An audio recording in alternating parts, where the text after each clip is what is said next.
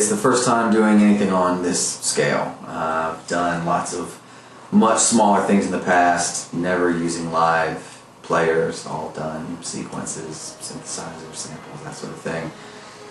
Even the orchestral stuff that I've done in the past has been much smaller and always fake. And this is the first time that I've had the opportunity to do the real thing and make an hour, 70 minutes of music that was all destined to be played by a real ensemble. And we got the opportunity to do this in Prague.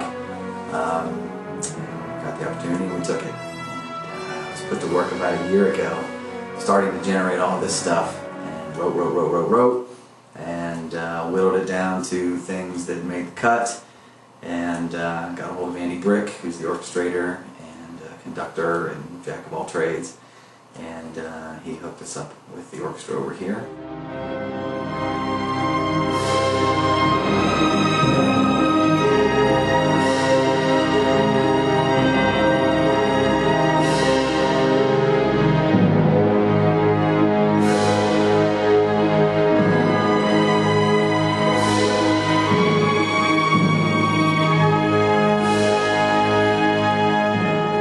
Going through what Andy and Martin, the orchestrators, refer to as MIDI-itis, where I'm being essentially deflowered, since this is my first experience taking computer-generated, synchronized, quantized, rigidized, lifeless music and giving it to 60 living, breathing, warm-blooded humans to play.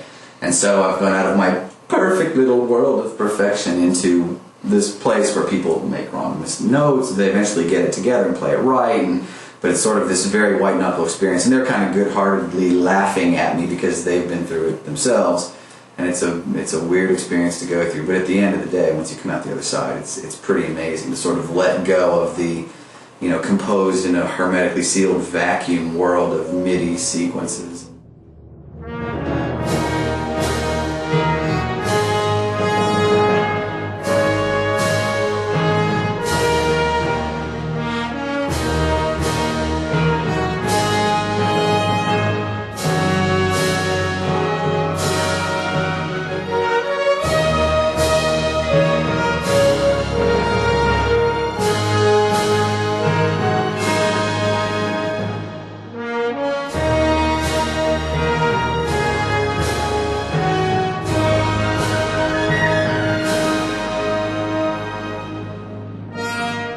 Predominantly, the music is all about the 6 distinct races. And so at the very beginning, we said, what is a dwarf? What is an orc? What is a high elf? So on and so forth.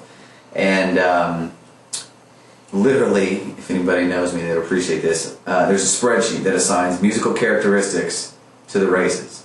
So all the way down from, what sort of scales and modal inflections would a dwarf have? Would chaos have? What sort of tonality? What sort of timbres, instrumentation, orchestration? All the way down to stupid stuff like, does a dwarf have a snare drum? No. Does Empire? Yes. Does Chaos? Absolutely not. Does the High Elf? Sure. So I have this grid as I'm going through and figuring out what makes dwarf music dwarfy, and I can look these very specific criteria up. Well, it's pentatonic, and brass carries the melody all the time, and it has this kind of percussion, but not that kind of percussion, because orcs get that kind of percussion. And then using that as kind of a starting point, pouring the character of each particular race into that framework.